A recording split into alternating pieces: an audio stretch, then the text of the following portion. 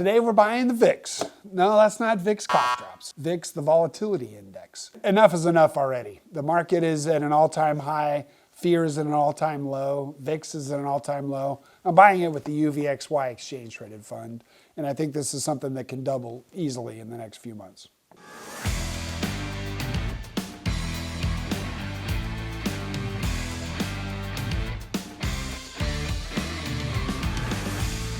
Hello, thank you for joining us. Today we're going to talk about what are we buying. Right now I'm buying the VIX, the volatility index.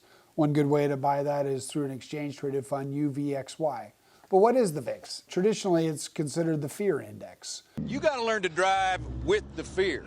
So when VIX is at its lowest point, that translates into the least amount of fear.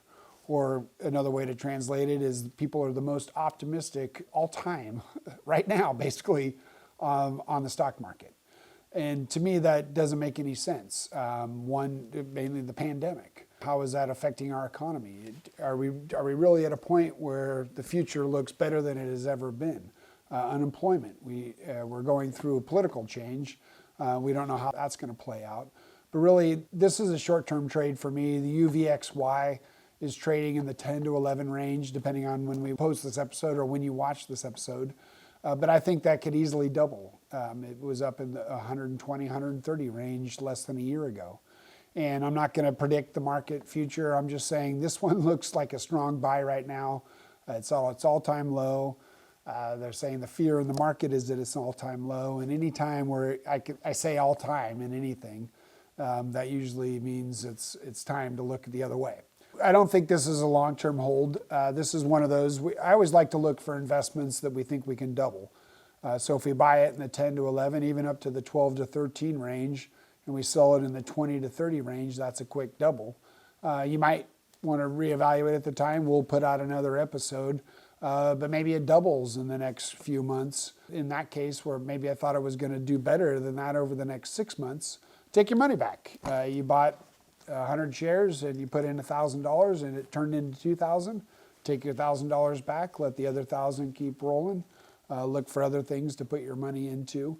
Another thing that underlies that is the trend indicators. So a lot of it, some of it's self-fulfilling, where, if you remember back in 2008 and before we had the housing and the debt crunch, and a lot of people started talking about the housing market and the debt crunch coming.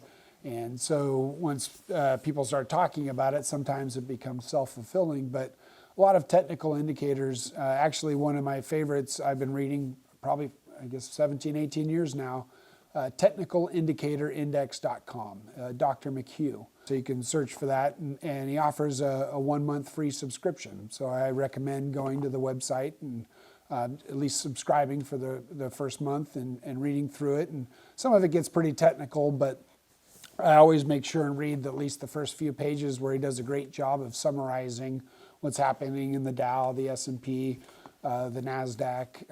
And then on the weekends, he'll talk more about oil and bond market and gold and silver and mining stocks. So I think the technical indicator index is a good tool just to add in. So if you're going to add 10 things into your decision-making process, I think that's a good one to add. But the reason I mention it is because we're getting close to what they're calling as a jaws of death pattern, which jaws of death by itself doesn't sound so good. The jaws of death is a trend index that shows the market over time as it grows. It's also the bottom side is coming up and it looks like the jaws of a shark. It's an ominous sign, but a lot of analysts are calling for that right now. And we don't know what the thing that'll push us over the cliff. Last year it was the pandemic, and you saw the market shave off, 35, 38% in a matter of weeks. A lot of those people are calling for the same thing. So if that were to happen, or if some of the events leading to that were to happen, then that's going to create a lot more fear. That's going to create more volatility in the market. And that's going to do well for the VIX and the position that I buy, UVXY.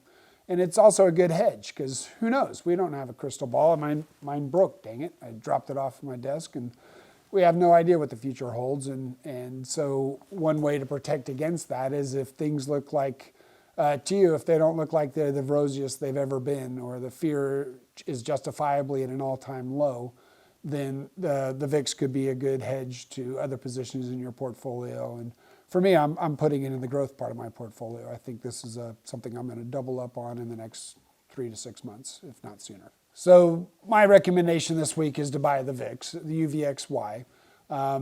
Granted, there is no guarantees. I could be wrong. That investment is at its all-time low, and as many of us have often heard, you don't want to try and catch a falling knife. But I think that's a good trading position and a part to add to your part of your portfolio. Oh yeah, thank you for joining us, and please like, share, and subscribe to our channel. Let us know how we're doing. You can email us at matt@mkbfinancial.com. If you have any questions, I'm happy to answer those. But I'd like to know if you'd like any other future topics on the show, any comments about the things we've talked about already. If you think I'm full of it, that's great. If you'd like to know more, that's great. We're here to help. Thank you very much.